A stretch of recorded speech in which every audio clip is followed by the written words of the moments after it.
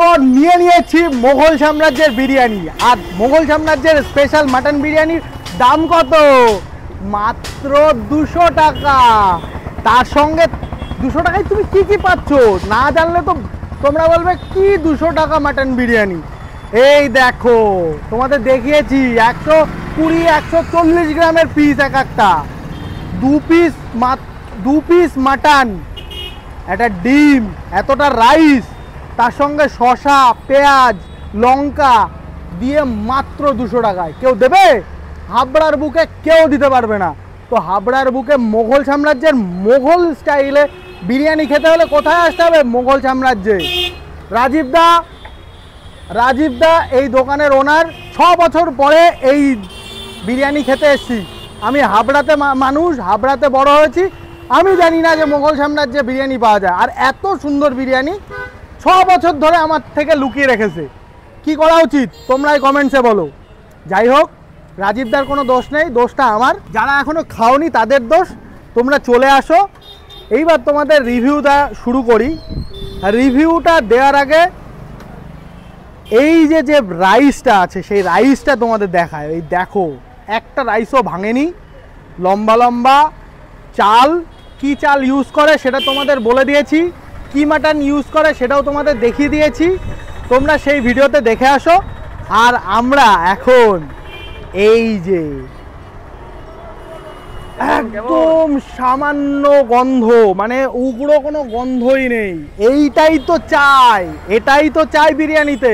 তোমাদের বিরিয়ানি খেলে যে কষ্ট হয়, যে সমস্যা হয়, সেগুলো ওই কারণে, ওইগুলো দেয়া নেই বলে এই বিরিয়ানি ভালো। তো খেয়ে দেখি কেমন।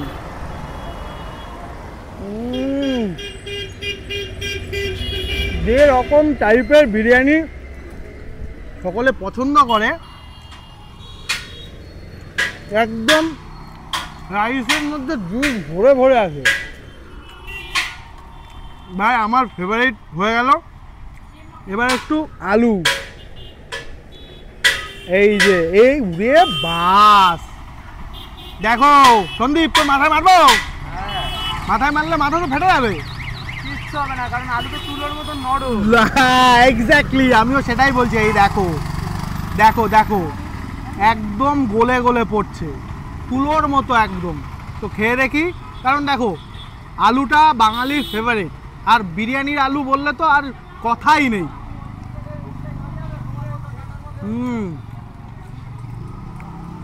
তোমরা আলু বিরিয়ানিটা ট্রাই করতেই পারো, কারণ আলু বিরিয়ানিটা এতটাই সুন্দর হবে। আমরা দেখিয়েছি রান্নায় যে জুসের মধ্যে এতটা ভালোভাবে বয়েল করা যে তোমরা মানে আলু বিরিয়ানিটাই সব থেকে ভালো লাগবে।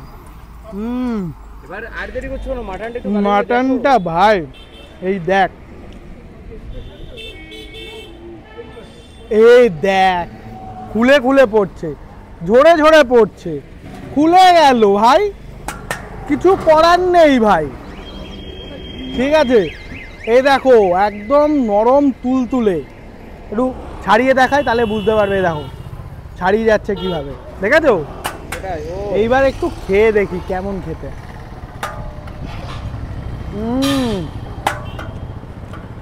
মাটনটা ভাই সেরা হয়েছে, যেরকম স্বাদ সেরকম, কিছু বলার নেই। এবার একটু মাটন দিয়ে রাইসটা খেয়ে দেখি।